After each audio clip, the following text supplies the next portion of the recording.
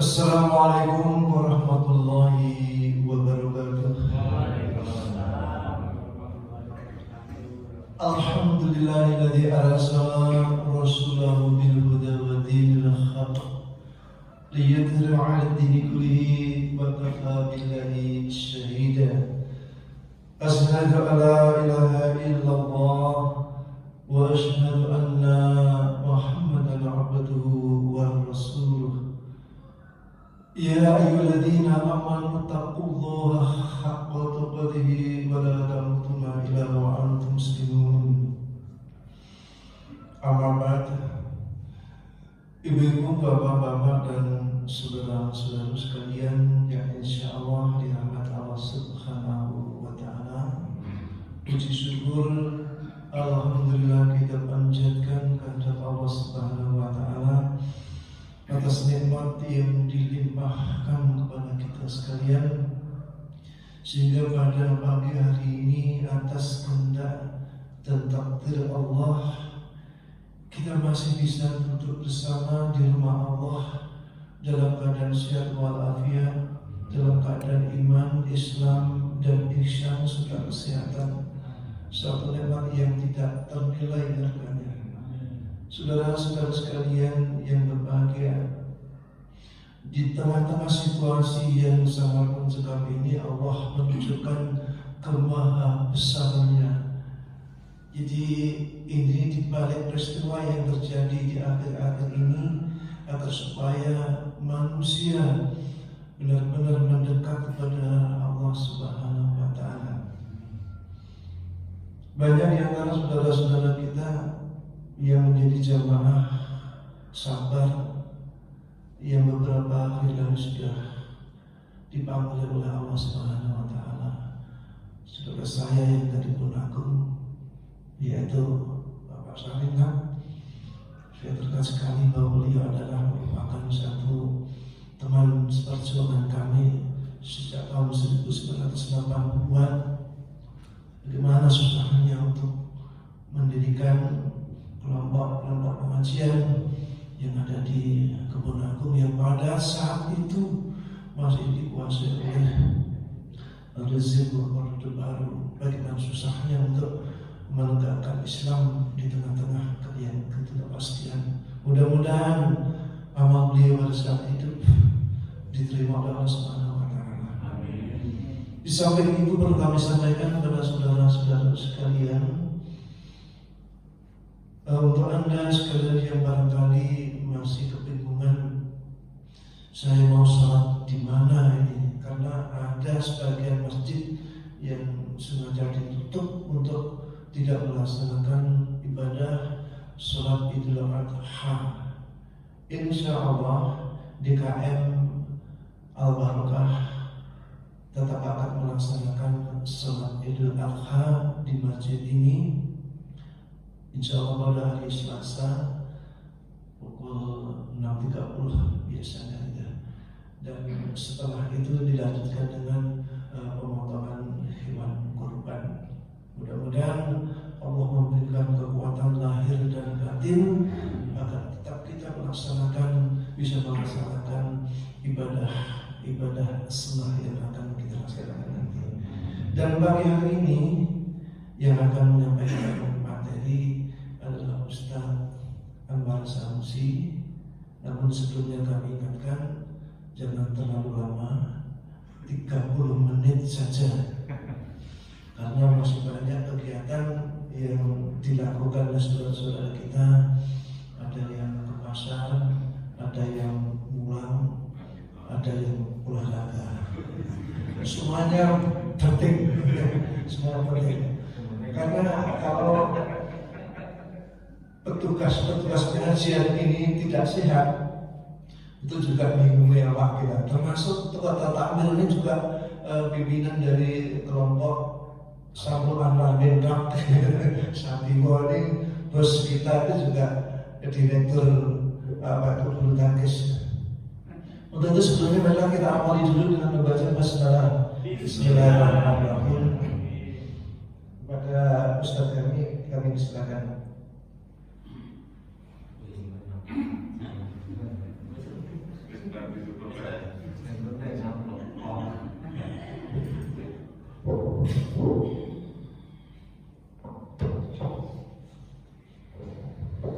Assalamualaikum warahmatullahi wabarakatuh.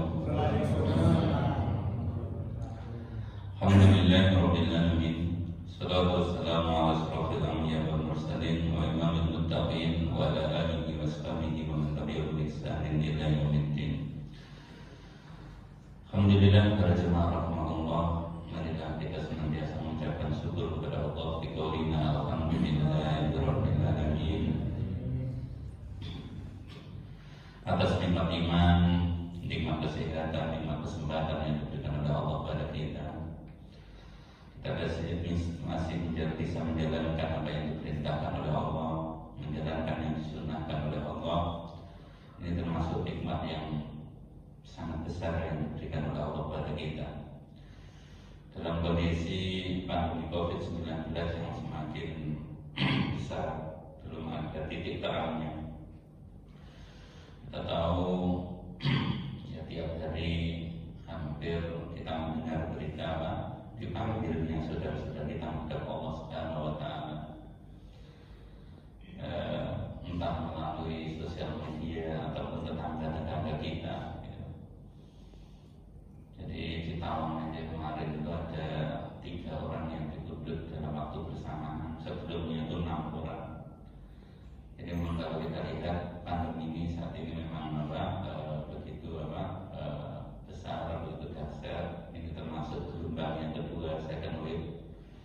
Mudah-mudahan pandemi ini segera berakhir. Kita dijaga oleh Allah Subhanahu wa taala. Kalau adanya pandemi itu seorang muslim sebenarnya yang diingat harusnya bukan pandeminya semata, pada ada yang memberi pandemi yaitu Allah Subhanahu wa ta'ala. Kalau kita oleh Allah dikasih sakit, sebenarnya tugas kita bukan ingat sakitnya. Biar sakit itu yang ngurusi dokternya, tim medisnya, kita yang ingat yang memberi sakit. Kalau mohon maaf sebelumnya sedikit saya mengingatkan, memberi contoh dan kurang pas. Tapi Imam Al-Ghazali pernah katakan ini, kalau ada orang dikejar anjing, itu perkataan Imam Ghazali, bukan perkataan saya. Saya cuma tirukan aja. Imam Ghazali ngasih ilustrasi, kalau jenengan itu dikejar anjing, maka yang jenengan lawan bukan anjing, tapi kalau Anda itu dikejar anjing, maka kenalilah siapa yang punya anjing. Nanti kalau kita kenal dengan yang punya anjing, misalkan Pak Budi mau berangkat ke masjid, orang anjing digrogi, terus Pak Budi kenal sama yang punya anjing, kira-kira kan ngerti Pak Budi dijegogi gitu kan ya. Sing duwe anjing, iki Pak Budi kancaku kan ada. Oh Pak Budi kae to. Terus akhirnya anjingnya diceluk harus sing duwe anjing. Kira-kira anjing mandut ya. Itu perkataan Imam Ghazali. Nah kalau boleh kita akan bisa jadi pandemi COVID itu ya kayak gini sebenarnya. Kita itu kadang yang terlalu kita pikirkan itu pandeminya, yang kita pikirkan coronanya. Tapi kadang lupa bahwa dia itu adalah makhluknya Allah Subhanahu wa ta'ala.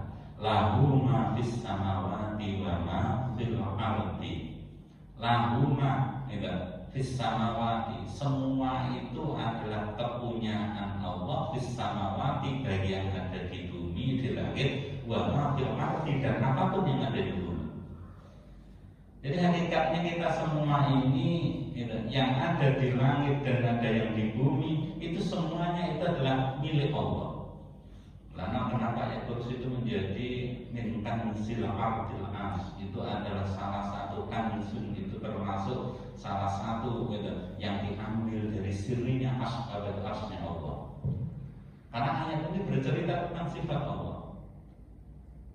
Kadang kita itu hanya berhenti kepada fakta adanya COVID, tapi tidak pernah menyadari bahwa apapun yang ada di kolong langit dan di kolong bumi itu adalah miliknya Allah Subhanahu wa ta'ala. Lahu ma fis samawati wal ardh. Semuanya itu yang ada di langit dan di bumi, ma itu bentuknya ya apapun, yang kecil ataupun yang besar, itu semuanya milik Allah. Yang kita nampak ataupun tidak nampak, alimul ghaibi wasyahadah, Allah itu yang mengetahui yang gaib ataupun yang nyata. Termasuk yang akan itu kan juga gaib, betul.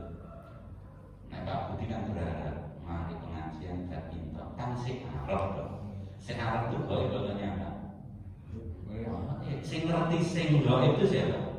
Allah. Ya takutnya kan nanti mari ngono teko omah terus ternyata ketemu garwane kayak terus rada lali itu ya iso lho kan ngene ya.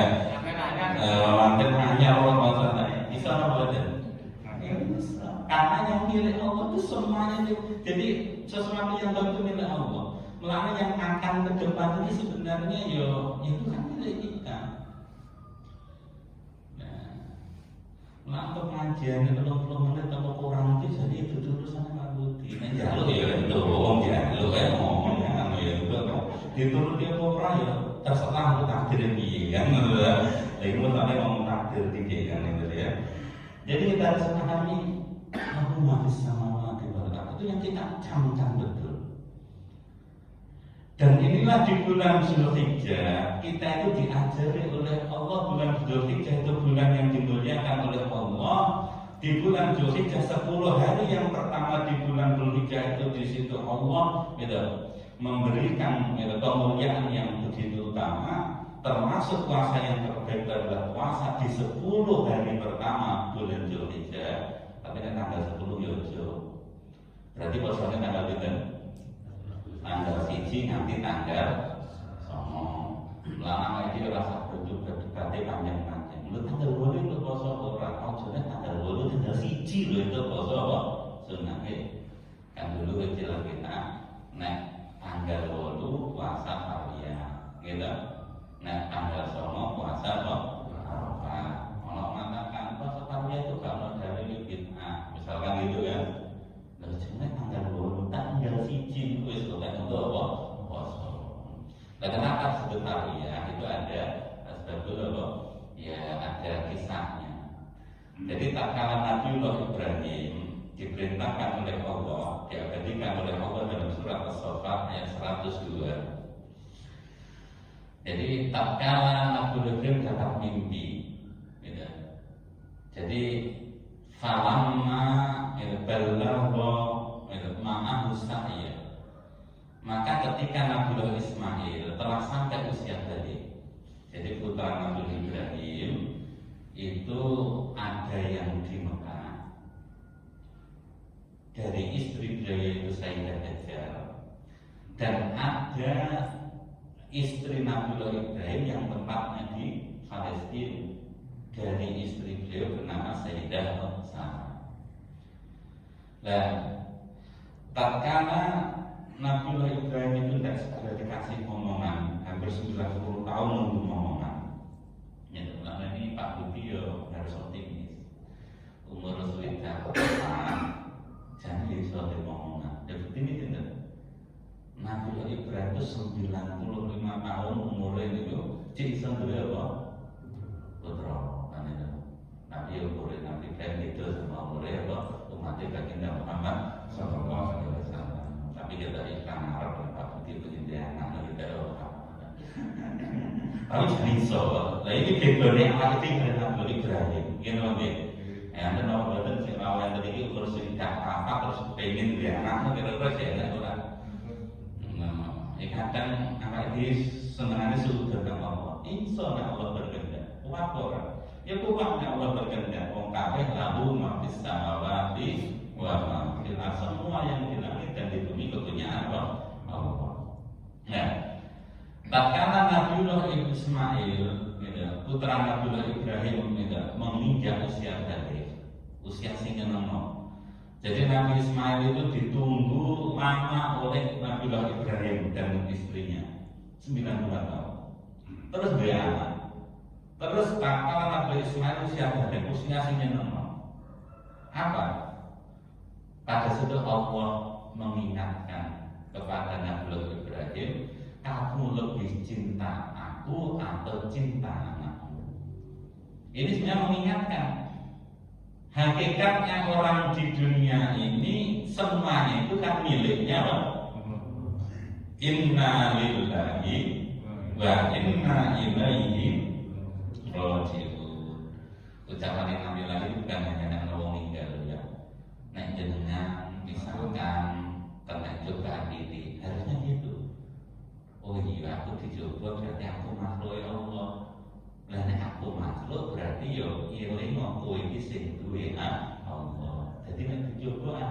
jadi bisa ikhlas. Karena kita tahu hakikat kita itu makhluk Allah. Nek makhluk Allah, sifat Allah itu al-qayyum, Allah itu ngatur awake dhewe. Lama-lama nek diatur karo Allah, misalkan diwehi enak ya alhamdulillah. Nek pas diwehi juga oleh Allah, inna lillahi sing duwe awak niki bukan kita tapi Allah. Nek sing duwe kita itu adalah Allah, ya kudu ridho terhadap takdir Allah. Nek nanti malah inna lillahi sudah ngeling-ngeling bahwa kita itu makhluk Allah. Allah itu al-qayyum kan, ayat kursi yang pertama Nabi itu sifat Allah. Al-hayyul qayyum, Allah itu maha hidup dan maha mengatur. Karena Allah itulah yang menentukan semuanya yang ada di kolong langit dan di kolong bumi. Mulanya awake dhewe itu paham betul apapun yang terjadi di sekitar kita, menimpa diri kita, itu adalah miliknya Allah Subhanahu wa ta'ala. Harusnya gitu. Nah, kesandung kok iso inna lillahi wa inna ilaihi raji'un. Insyaallah kesandung itu ya dadi dhek niku ikhlas. Ora kesandung malah nyebut binatang. Ora kan itu ya. Ada menawa kesandung malah kelingane iku apa? Kewan asu terus apa? Apa yang ngomong lapangan wis kelingane oke kan. Lah, padahal nek kesandung itu ya sing dieling kita itu lillah, awake itu milik Allah. Nah, Nabiullah Ibrahim memberikan contoh pada kita, dan kisah ini diabadikan oleh Allah dalam surat As-Saffat 102 karena di sini ada pelajaran yang harus kita ambil sebagai umat manusia. Apa? Qala Nabiullah Ibrahim berkata kepada Nabiullah Ismail, ya bunayya, wahai anakku, inni ara fil manami, sungguh aku melihat di dalam mimpiku. Gitu. Apa yang dilihat oleh Nabi Ibrahim pada mimpi tadi? Anni akbahuka, sungguh aku melihat di dalam mimpiku, aku diperintah oleh Allah untuk nyembelih kamu. Jadi bedanya mimpi ini awake dhewe itu Nabi karo mimpi ini Nabi. Mimpi Nabi itu wahyu, gitu. Nah, awake dhewe mimpi biasanya ya dikejar-kejar nafsu. Ana tadi ya repot kitanya awake dhewe karo nafsu ya ngoten niku. Ana lagi. Jadi memang salah satu cara Allah untuk memberikan petunjuk kepada orang-orang soleh itu lewat mimpi. Nah, awake dhewe karena turun iki seneng. Ayo awake dhewe turun itu tiga ibadah. Nah, kenapa teman-teman saya pesankan? Ayo itu turun itu hampir sepertiga waktu kita loh. Nah ini waktu yang mau sholat 10 menit ya kerasa besar itu. Tapi mimpi sholat kita, tidur kita bisa jadi sehari 8 jam. 8 jam itu kan bukan waktu yang sedikit, sepertiga dari hidup kita. Nah sedina 24 jam, dijumuk turu 8 jam, berarti awalnya itu sepertiga hidup kita itu tidur. Nah, duwe jatah umur 80 tahun, sepertiganya berarti pinten?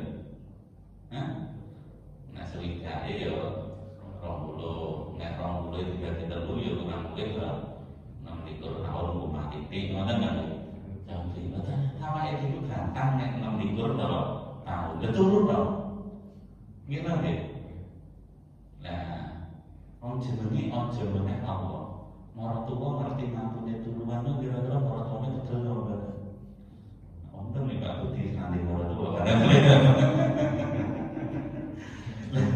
waktu kita itu hampir sepertiganya itu tidur. Tapi nek orang yang punya ilmu para nabi dan rasul tidur itu jadi sana ibadah. Buktinya apa? Orang-orang soleh itu dapat ilham. Ilham itu ya dapat apa? Ya dapat bisikan dari Allah, dapat apa? Gambaran dari Allah. Itu yang lewat mimpi. Mungkin Pak Budi itu juga gitu. Yang jodoh itu ya lewat mimpi apa langsung Pak dia? Apa ilham lagi orang ngerti kan? Karena biasanya kalau orang itu mau pengen apa punya hajat, disunahkan sholat apa? Istiqoroh kan itu kan? Istiqoroh itu ilhamnya biasanya lewat apa? Lah, tapi mimpinya orang soleh, mimpinya para nabi, statusnya beda kalau mimpinya orang ini. Dan mimpinya para nabi itu wahyu. Melainkan bagi kita Muhammad SAW sering dapat wahyu itu lewat apa? Mimpi pada saat tidur. Dan apa itu minimal wahyu ini mesti orang itu karena Tuhan nabi. Tidur itu dijadikan seperti para nabi bernilai ibadah. Melainkan apa? Kan kemarin kan salah satu fadilah yang kursi dibaca waktu mau tidur, dijaga oleh Allah sampai dia dulu bangun, dan setan tidak bisa menggoda orang yang mau tidur baca ayat kursi. Ini harus dilakukan dulu. Nah, dengan ini tidur kita itu nilainya berbeda. Tidur kita kalau dengan di ilmu di semacam ini bisa ini mudah-mudahan jadi ibadah kita. Ini penting loh. Dan kenapa sebelum tidur disunahkan kita apa? Berwudu. Ya. Sebelum tidur kita disunahkan baca istighfar. Sebelum tidur disunahkan baca sholawat. Sebelum tidur disunahkan untuk zikir subhanallah, alhamdulillah, Allahu akbar 33 kali. Disunahkan baca ayat kursi, dan nilai tidur kita itu dicatat Allah sebagai orang yang beribadah. Apalagi di ilmu lagi. Nah turune itu bernilai ibadah karena kita itu hamba Allah, sing tidak makhluk para Allah itu. Nah Allah itu la takhudhu nasinatu wala naum. Allah itu gak pernah ngantuk, yo ora pernah sare. Ini lho nggih. Lah awake dikatakan makhluk Allah, yo ngaku ya Allah kula niku jeneng makhluk jenengan sing lemah, buktine kula niku butuh sare. Nah, karena sehari itu kebutuhan kita, ya makanya yuk kebutuhan kita itu dijadikan sarana ibadah kepada Allah. Kalau kita memenuhi kebutuhan kita itu sesuai dengan perintah Allah itu jadi ibadah. Contoh, makan itu kebutuhan kita atau bukan?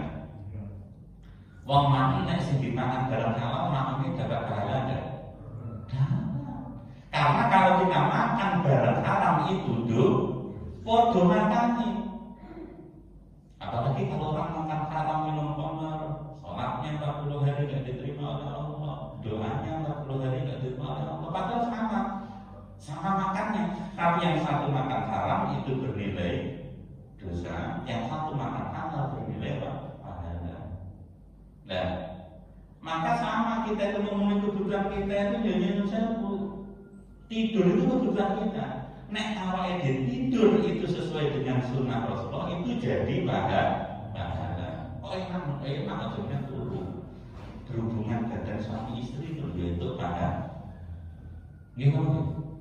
Lalu ini ada dalilnya kenapa? Nek ada orang laki-laki perempuan bukan muhrim berhubungan itu dosa atau bukan? Dosa gede begitu. Zina itu dosa apa?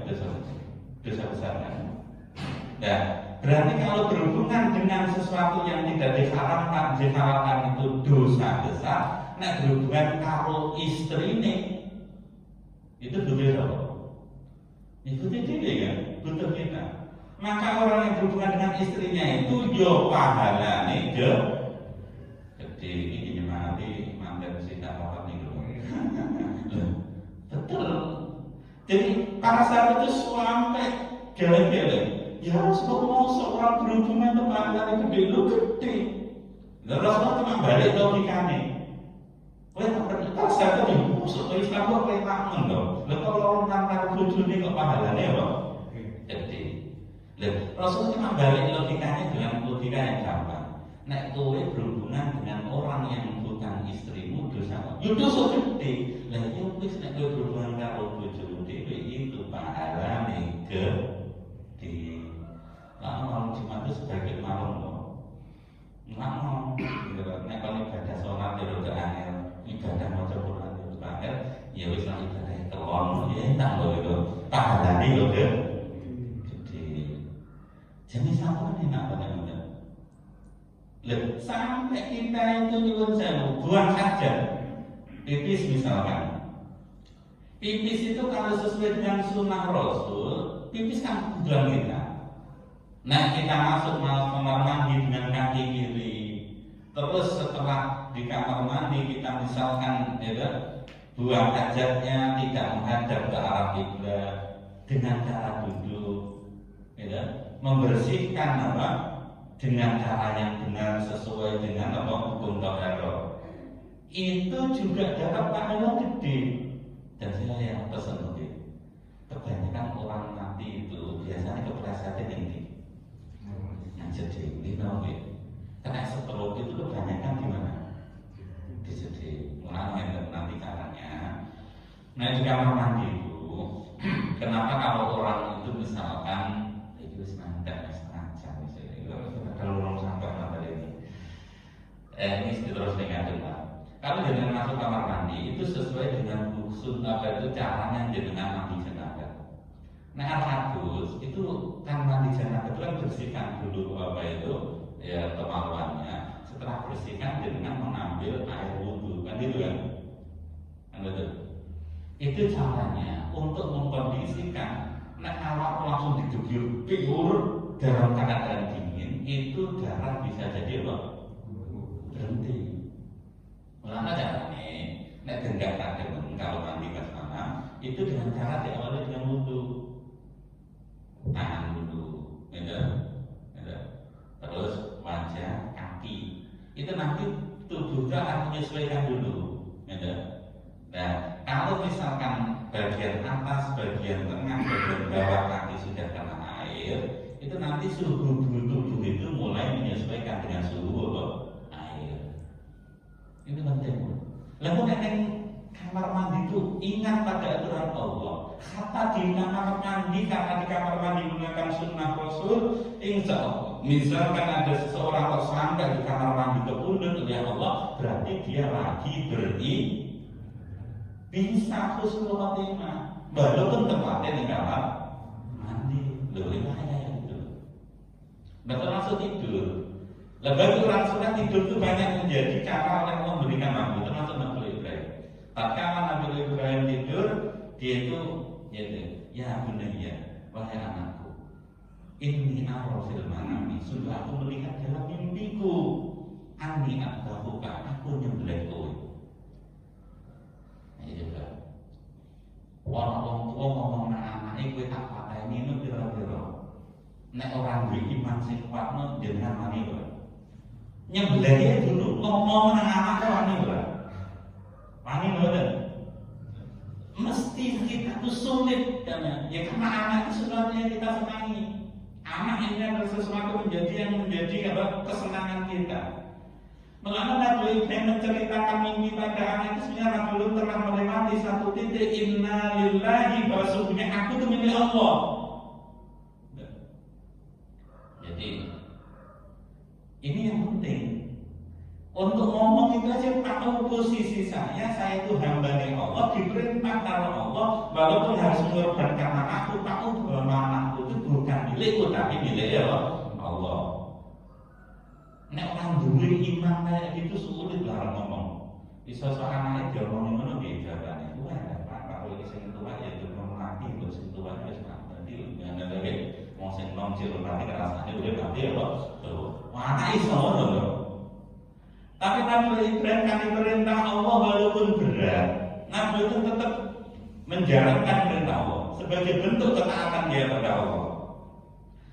Maka Nabi Ibrahim juga punya pelajaran. Setelah mengatakan itu, fanzur madza tara, wahai anakku, bagaimana pendapatmu? Ini penting ya. Nek ngomongi anak sing sudah balik, beda kalau ngomongi anak yang suruh balik. Orang yang sudah balik itu berarti akalnya sudah sempurna menurut Islam. Menurut Allah juga akalnya sudah sempurna. Kalau nek ngomongin anak yang sudah balik itu nyuwun sewu dijak diskusi dulu atau langsung kok perintah dar. Anak mesti berontak. Nah, anak cilik kan mikirnya lo bisa itu boleh nek jam sholat dipukul boleh dikurasi boleh. Tapi nek wis balik jangan dengan gunakan kekerasan. Ambil cara Nabi Ibrahim. Nabi Ibrahim setelah menceritakan kasus cerita mimpinya tadi, sing njaluk pendapat, fandur madza tara, Wahai anakku, pikirkanlah bagaimana pendapatmu tentang perintah Allah ini. Teman-teman penting ya. Nanti kalau anak, ojo rumah itu lebih ngerti. Ojo langsung rumah itu seolah manusia orang tua tentunya apa? Kekuatan lebih enggak. Anak itu harus sama sudah punya akal, dijak mikir dulu, dijak diskusi mencari dasar saat ini. Ini penting loh ya. Apa nanya istilah? Misalnya mati kuat, langsung ngomong anaknya dan pak anaknya mau digelucul tuh, insya Allah langsung tahu semua. Nah, ulama ini contoh. Ulama nek ngomong anak walaupun barang baik itu diajak diskusi dulu, nanti dia punya pikiran. Karena untuk menentukan sesuatu tergantung cara mikirnya. Ulama ini penting. Untuk anak yang sudah gede, nek yang apapun, ayo caranya diajak ngobrol, ya. Dipahamkan dulu pikirannya, disamakan dulu frekuensi nih cari Pak Budi sebagai penyamping.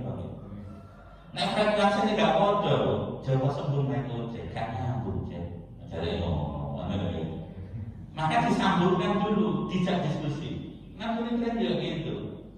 Kamu dulu mengatakan bahwa anakku apa pendapatmu terhadap perintah Allah? Gak tentang tamu akhirnya, itu kan? Pokoknya anakku, aku dikongkon yang udah taksem deh, orang modern. Jadi kamu dulu akan taruh, maka apa pendapatmu terhadap mimpiku ini? Nah, bukti bahwa orang yang sudah balik itu harus dijak diskusi. Ini dalam lanjutan ayat ini Allah terangkan. Kemudian Nabi Ismail jawab, karena sudah balik pikirannya, ya bisa ngaku, enak wong tua.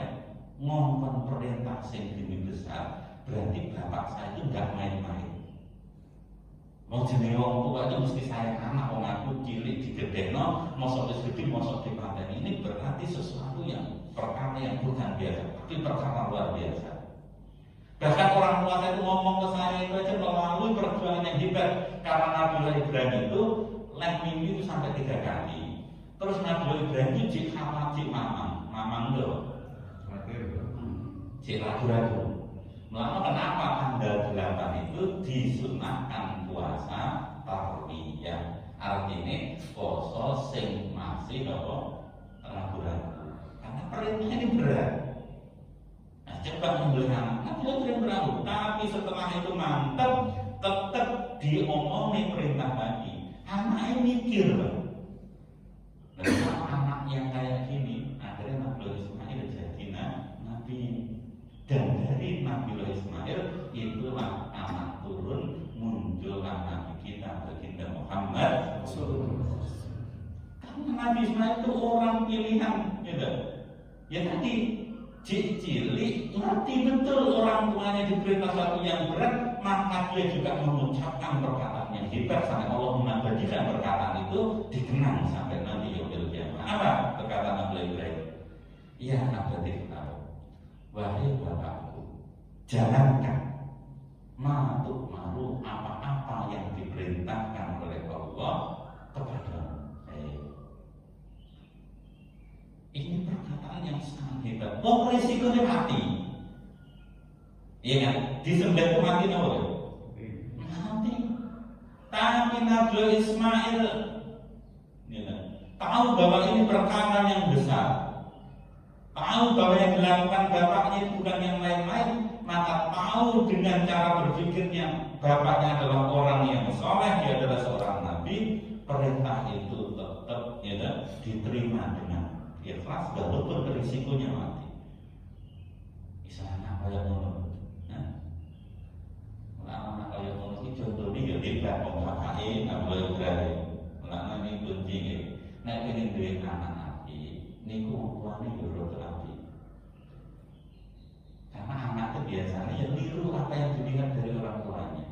Karena ada satu kaidah di kalangan ulama, tiru abaakum, berbuatlah baik kalian kepada bapakmu, tapi abnaakum, mesti anakmu akan berbuat baik padamu. Wong itu kan pengen dia anak, rasa anak itu diceramai suwe-suwe. Namanya sebenarnya mau sengaja, sengaja. Jangan ini contoh. Nah, awalnya diri itu berbuat baik pada orang tua kita, mau baik orang tua, merawat orang tua, anak tadi Dengan lihat itu mesti anak kita itu akan berbuat pada kita. Itu ungkapan para ulama, birru abaakum, berbuat baik kalian kepada orang tuamu, tabiru abnaakum, mesti anakmu akan berbuat baik kepada. Nah, Nabiullah Ibrahim itu punya anak yang begitu hebat karena ya kehebatan Nabi Ibrahim. Sampai seluruh anak turun Nabi Ibrahim itu semuanya jadi nabi dan rasul. Nah, karena hebatnya Nabi Ibrahim. Nah, setelah itu Nabi Ismail mengatakan satajiduni, wahai bapakku, engkau akan mendapati anakmu yang masih kecil ini. Insyaallah minas sabirin, termasuk orang-orang yang sabar. Tak kala perintah yang begitu berat, Nabi Ibrahim taat pada Allah. Terus caranya begitu baik, diskusi dengan Nabiullah dengan anaknya juga ada taat kepada Allah. Tak kalah dua orang yang dipuji oleh Allah sama-sama taat kepada Allah, akhirnya apa? La'allakum turhamun, wong nek gelem taat ning Allah mesti itu rahmat Allah. Ini yang juga diperintahkan Allah dalam surat Al-Imran, wa atiullah wa rasulah la'allakum turhamun. Taatlah kalian kepada Allah, taatlah kalian kepada Rasul, la'allakum turhamun, mesti kalian itu dapat rahmat Allah. Wong nek gelem taat mesti untuk rahmat Allah. Mesti untuk pitulungan Allah. Ya contoh Nabi Ibrahim dan Ismail. Tak kala Nabi Ibrahim taat pada Allah, Nabi Ismail taat pada Allah, dapat rahmat Allah. Tak kala disembelih Nabi Ismail diganti oleh Allah, ya, Nabi Ismail diselamatkan oleh Allah. Maka ini menjadi pelajaran penting. Wong pun manut dumateng Allah, taat kepada aturan Allah, taat pada syarat Allah, mesti untuk rahmat Allah. Ini yang harus kita pancarkan saat ini. Kena corona itu menandakan kalau hidup kita kayak gini itu berarti ada yang salah pada masyarakat kita dan pada diri kaum muslimin. Ya, enggak taat dengan Allah. Karena enggak taat, fa'inna lahum ma'isyatan dhanka, hidupnya itu jadi sempit. Untuk menyelesaikan problem corona itu harus kita itu malah tingkatkan ketaatan kita pada Allah, ketundukan kita pada Allah. Saya itu teringat dulu wasiatnya ya Mansur pada Alisa. Kadang dia ini sing tenang-tenang dia itu dia cilik-cilik. Nah dia gede itu gampang kok. Dari mondok gede kan ngomong wis ngerti apa guru. Sing ngajari adat asa itu dia gede atau dia cilik. Dia cilik mungkin malah kadang dia tenang. Dari ngajari adat asa terus anaknya gelem pondok itu guru-guru dia kampung. Kayak biasanya ya kelas ngajar tapi bapak yang desa itu dibayar maksudnya. Nek kula yang gede lah kayak masuk tuh ya. Ku gampang mencangkut ning pondok kadang wis seperti ahli bapak. Gitu. Jadi kayak mlebu ning pondok ya bayar bulanan. Lah nek desa-desa ora orang yang bayar. Nah, kadang saya ini perlu berbangga. Kadang cilik-cilik itu ya rada rapih daripada masjid apa. Jadi si gede ditutupi lah namanya kampung orang mati apa ditutupi. Nah, itu si gede lah kena di sholat Idul Fitri, dia ini kena Idul apa. Mana ya? Jadi orang cilik itu disuruh kadang untuk belajar dari apa. Jadi alhamdulillah. Lah iki banyak corona koyo ngene malah kok gak eling nang Allah terus piye solusine? Protes kok. Harus dijalankan sama masalah itu. Kita taat Allah itu yang penting. Protes juga dilandasi dengan taat kepada Allah. Nah kalau sampai masjid itu tidak disolat, ini malah aduh sapa Allah. Ini problem kita loh. Bahkan ini sebenarnya kalau kita itu tahu wong ini mandel pandemi seluruh dunia, kudune malah wong Islam itu haji di tempat yang mustajab jaluk ora diangkat. Orang malah haji di lho kan mungkin tertular. Lah jare kowe duwe suwe. Lah sing arep haji mbok disuwati.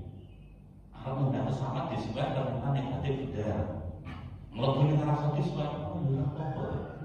Terus kuatir pun wis mlebu kono pendoane Arafah pandemi diangkat. Nek sing jaluk mosok wong 1 juta kok ora dia apa? Penjara mosok wong 8 juta kan sing apa? dikabul mesti dikabul. Tapi kan piye pandemi malah haji ini di Multazam, di Masjidil Haram, di Masjid Nabawi itu tempat yang mustajabah, di Arafah itu tempat yang mustajabah. Tapi masa ini ya ditutup. Terus ini fitnah kita. Dan yang taat kudu jangan dihalang-halangi orang yang mau taat kepada Allah. Dan itu yang dihalang-halangi kayak gini tuh. Nama itu muncul tahu nama yang ada di lawan. Oh, ini lampu ini.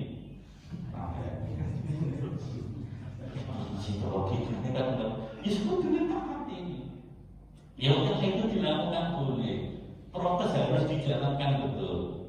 Tapi benar berhenti di situ. Corona itu miliknya Allah, itu cegahnya Allah tenang.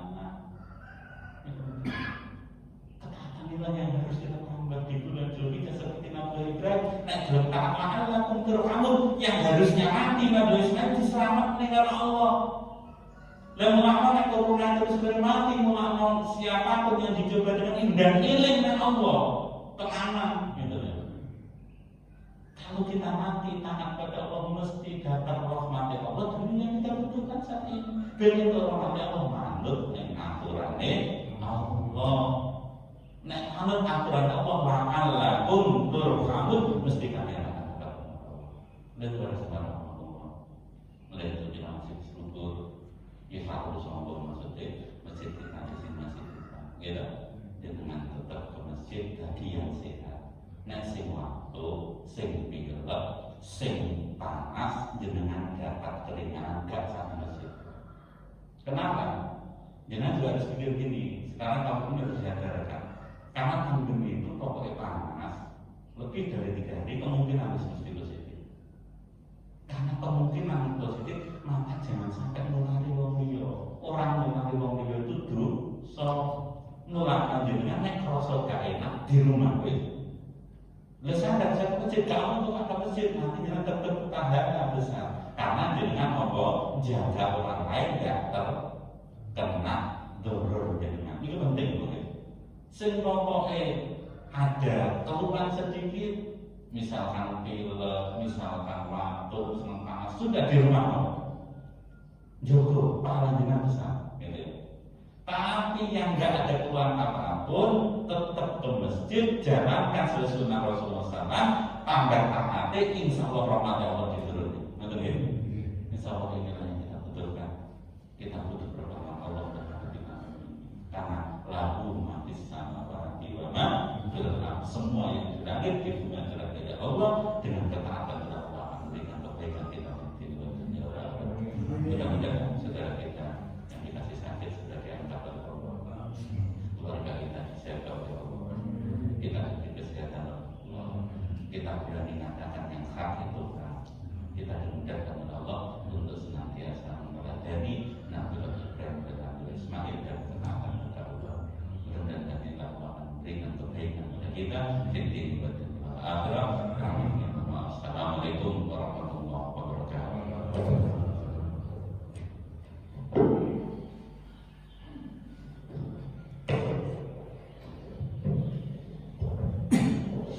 Hadirin sekalian yang berbahagia, demikian kajian kita di pagi hari ini. Mudah-mudahan dapat memberikan motivasi kepada kita sekalian, walaupun dalam keadaan yang kurang menguntungkan bagi kita sekalian, namun apabila kita berpihak pada Allah, insya Allah akan memberikan rahmat dan hidayah kepada kita sekalian. Tiba saatnya kajian pada pagi hari ini kita akhiri. Marilah kita tutup dengan doa kafaratul majlis.